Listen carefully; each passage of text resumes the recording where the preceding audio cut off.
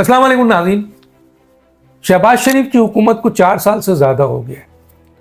पाकिस्तान के मुआशी हालात देखें, तबाह व बर्बाद है। कहते हैं कि हमने आपके पाकिस्तान को डिफ़ॉल्ट से बचाया, एक ही इनका नारा है। इसके अलावा इनसे पूछा जाए कि आपने पाकिस्तान के लिए 4 साल में क्या किया।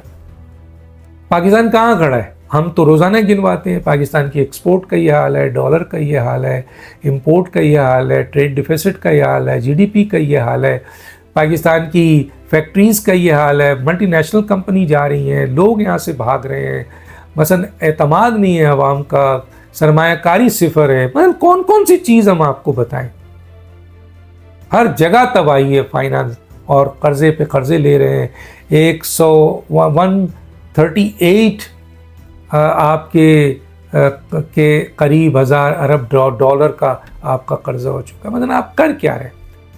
इसी तरीके से आप टैक्स लगाते हैं, वो भी गरीबों पे। अब जो टैक्स लग रहा है इस जंग की वजह से, वो भी गरीबों पे। अमीरों पे तो कुछ नहीं है, उनको तो लाखों करोड़ों रुपए सैलरी उनकी बढ़ाई जा रही है, अरबों रुपए के जहाज़ खरीदे जा रहे हैं, अरबों रुपए की फैसिलिटी दी जा रही है, हज़ारों रुपए ये गाड़ियाँ खरीदी जा रही हैं। ऊपर कोई नहीं है, लेकिन उनकी कारकर्दगी 55 काबीना के अफराद आज पाकिस्तान को तबाह कर चुके हैं। मुआशी तौर पर भी, सियासी तौर पर भी, आइनी तौर पर भी। कोई इस वक्त मानने को तैयार नहीं है कि पाकिस्तान में आइन की बालादस्ती है। कोई इस बात को मानने को तैयार नहीं है कि पाकिस्तान का अदालती निज़ाम इंसाफ और कानून पे खड़ा है। इदारे तबाह हो गए, पार्लियामेंट को तबाह कर दिया है, एहतसाबी इदारे तबाह हो चुके हैं, इलेक्शन कमीशन तबाह हो चुका है। कोई इदारा ऐसा बता दें जो इस वक्त इंटैक्ट है। सिर्फ एक फौज जो अपनी रूल्स और अपनी रेगुलेशंस के तहत अपने आप को बचा चुकी है, हालांकि उसको भी ये नुकसान पहुंचा रहे हैं। क्यों? क्योंकि जब इनको लाया गया था तो ये इस हुकूमत के काबिल नहीं थे। इनकी 17 सीटें एक लोग कहते हैं, लोग हारे हुए लोग हैं ये, चाहे पंजाब की वजीर आला हो, चाहे मरकज का वजीर आजम हो। इसी तरह सिंध में पीपल्स पार्टी को भी जिताया गया और इनको लाया गया, लेकिन इनकी नाकिस कारकर्दगी से अब दम खा रहे हैं वो लोग जो इनको लेके आए थे, और उनकी बदनामी हो रही है। और आवाम का एतमाद जो इस हुकूमत पे नहीं है, आवाम उंगली दिखाती है तो अल्टीमेटली इशारा उनकी तरफ जाता है, क्योंकि आपने इनको मुसल्लत किया है और इन्होंने 4 साल के उससे ज्यादा अरसे में पाकिस्तान को तबाह बर्बाद कर दिया। और अब जो हालात हैं फॉरेन पॉलिसीज में पाकिस्तान का जो इस वक्त किरदार है, आप देख लें क्या है। फौज अपना किरदार अदा कर रही है, फौज मुकम्मल तौर पर इंटैक्ट है, फौज मुकम्मल तौर पर इसको सीरियस ले रही है, लेकिन हुकूमत कहाँ है? हुकूमत की कारकर्दगी क्या है? हुकूमत का काम क्या है? सिर्फ और सिर्फ ठप्पा लगाना, सिर्फ और सिर्फ चापलूसी करना, कभी मुल्क की इस्टेब्लिशमेंट की, कभी डोनाल्ड ट्रंप की चापलूसी, सिर्फ कभी खलीज मुमालिक के लोगों की चापलूसी। कहाँ है हुकूमत? कारकर्दगी क्या है आपकी? क्या करना है इस अहम मौके में जब पाकिस्तान को कि चारों तरफ खतरात हैं? पाकिस्तान के बॉर्डर्स, एक तरफ अफगानिस्तान आपका दुश्मन हो चुका है, तहरीक तालिबान, दाइश, दूसरी दहशतगर्द तंजीम वहां से ऑपरेट हो रही है, वहां की हुकूमत के साथ भी अब आपकी लड़ाई है। तो ये बॉर्डर तो गया। सिंदूर 2 ली की 2 ले, भारत तैयार खड़ा है और वो दे रहा है, मौका इंतजार कर रहा है कि उसको मौका मिले और पाकिस्तान पे अटैक करे। तो ये सरहद भी आपकी गई। ईरान की मौजूदा हुकूमत अगर गिरती है या ईरान को नुकसान पहुंचता है तो ये पूरी जंग पाकिस्तान में इंटर होगी। गोया ये इस वक्त जो सूरत हाल है ईरान का, जिसके साथ हमारे बलूचिस्तान का सरहद है, वहाँ ऑलरेडी बहुत से मसाइल हैं। मैं इसको डिटेल में नहीं लेना चाहता, लेकिन बड़े बड़े मसाइल हैं।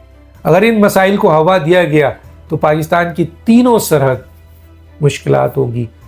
तो क्या आप समझते हैं कि आपकी इस हिकमत अमली की बुनियाद पर फौज जो इन चीज़ों से लड़ेगी, अवामी सपोर्ट का क्या होगा? अवाम का क्या होगा? आप सोचें, आपके साथ अवाम नहीं खड़े, आपके फैसलों के साथ अवाम नहीं खड़े, तो कल कोई भी फैसला ऐसा हुआ जो पाकिस्तान के नुकसान का हुआ तो आपको भुगतना पड़ेगा। कुछ लोग तो सही कह रहे हैं कि आपके इस वक्त मौजूदा अमल से, गजा से लेकर ایران کی جنگ اور ایران سے لے کر پاکستان کے اندر جتنے بھی داخلی اور بیرونی مسائل ہیں ان میں جو کردار آپ کا ہے اسے نون لیگ تو تباہ ہو چکی ہے. نون لیگ پاکستان میں اب رہی نہیں، ماں سوائے یہ آپ حکومت ہے تو آپ نظر آ رہے ہیں. جس دن ایک نیوٹرل حکومت آ گئی اس دن نون لیگ کا نام لینے والا کوئی نہیں ہوگا. یہ بات آپ لکھ کے رکھ لیں، کیونکہ آپ نے وہ کیا ہے مسلمانوں کے ساتھ. قائد اعظم کے الفاظ تھے کہ یہ ایک ناجائز ریاست ہے، فلسطین کو حق جب تک نہیں ملے گا پاکستان اپنی جدوجہد جاری رکھے گا اور اس قسم کے کسی عمل میں شامل نہیں ہوگا. لیکن آپ نے کیا کیا؟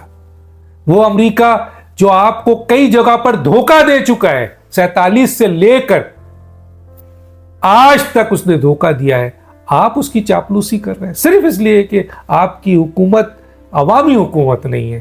آپ فارم 47 میں آئے ہیں، 17 سیٹ پہ آئے ہیں، تو اگر سوال اسٹیبلشمنٹ نے اٹھا لیا، یہ سوال امریکن پریزیڈنٹ نے اٹھا لیا کہ یو آر ناٹ ڈیموکریٹک، آپ جمہوری حکومت نہیں ہے، آپ عوامی حکومت نہیں ہے، آپ تو جتائے گئے ہیں، ان کے پاس بھی نالج ہے، تو پھر آپ کہاں کھڑے ہوں گے؟ تو گویا وہ یہ سوال آپ سے نہ کریں تو ان کی ہر بات پر ایبسولوٹلی یس جو کہیں گے آپ مانیں گے، اور مان رہے ہیں. اس کا نقصان کیا ہے کہ دفن ہو چکی ہے پی ایم ایل این. یاد رکھیے گا، ایک فیئر الیکشن کرا کے دیکھ لیں، آپ کو پتہ چل جائے گا کہ لوگ کہاں کھڑے ہیں.